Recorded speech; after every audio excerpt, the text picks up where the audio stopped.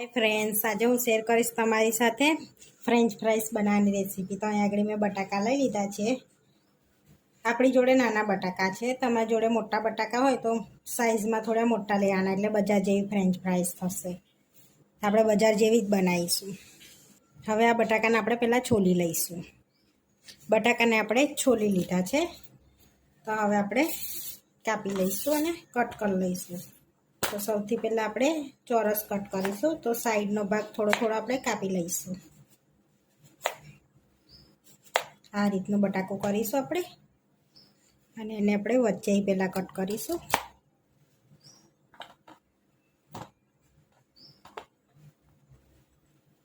અને બીજી બાજુ એવી વચ્ચે આ રીતે કટ લગાડીશું।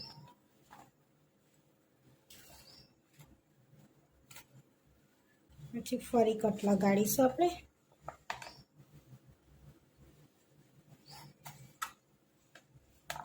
આ રીતની આપણે ચિપ્સ કરી લઈશું ફ્રેન્ચ ફ્રાઈસની। આ રીતે આપણે કટ કરી લેવાની છે, અને બાઉલમાં આપણે લઈ લઈશું એને। આ રીતે આપણે બધી કટ કરી લીધી છે ફ્રેન્ચ ફ્રાઈસ। હવે આપણે એને સરસ એવી ધોઈ લેવાની છે। હવે આપણે સારી રીતે એને ધોઈ લેવાની છે, જેથી આપણો વ્હાઈટ પાર્ટ પાણીનો નીકળે ત્યાં સુધી ધોવાની છે ને। આપણે એવી સરસ ધોઈ લીધી છે। હવે આપણે એને બાફી લઈશું। અહીંયા મેં પહેલાં પાણી ગરમ કરવા મૂકી દીધું હતું। હવે પાણી ગરમ થઈ ગયું છે, એમાં થોડું મીઠું એડ કરીશું આપણે, અને મિક્સ કરી લઈશું। અને આપણે ફ્રાઈસ ઉમેરી લઈશું અંદર। હવે મિક્સ કરીશું, અને એને આપણે બહુ બોઇલ નહીં થવા દઈએ, એને થોડીક બોઇલ થવા દઈશું, જેથી આપણા બટાકા ગળી ના જાય એ રીતના। ધીમા તાપે થવા દઈશું। 3 મિનિટ થવા દઈશું આપણે। 3 મિનિટ થઈ ગઈ છે, જોઈ શકો છો આપણી ફ્રાઈસનો કલર ચેન્જ થઈ ગયો છે। હવે આપણે કોરી કરી લઈશું, એને કાઢી લઈશું ગેસ બંધ કરીને બાઉલમાં। આ રીતે કોઈને ના ખબર પડે તો આ રીતે આપણે ચપ્પાથી કટ કરી જોવાની છે। આ રીતની ફ્રેન્ચ થવા દેવાની છે। હવે આપણે ફ્રેન્ચ ફ્રાઈસ કાઢી લીધી છે બાઉલમાં। હવે આપણે કોરી કરી લઈશું।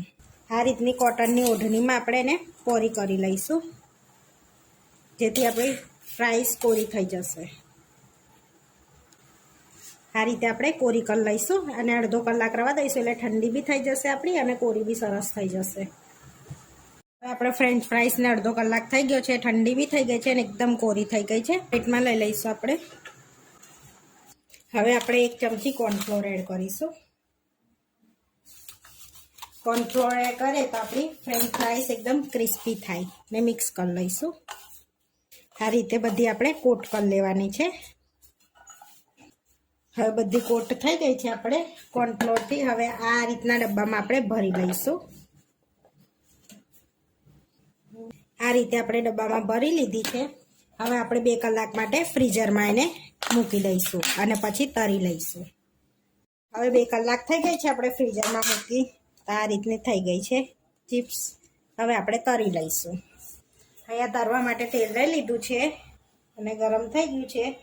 આપણે એને તળી લઈશું।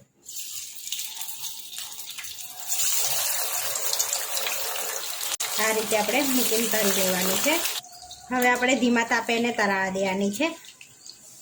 આ રીતની ફ્રેન્ચ ફ્રાઈસ આપણે તળી લઈશું બધી, અને આ તળાઈ ગઈ છે, જોઈ શકો છો એકદમ ક્રિસ્પી થઈ છે આપણી બધી ફ્રેન્ચ ફ્રાઈસ તળાઈ ગઈ છે। હવે આપણે પેરી સ્પ્રિંકલ કરીશું।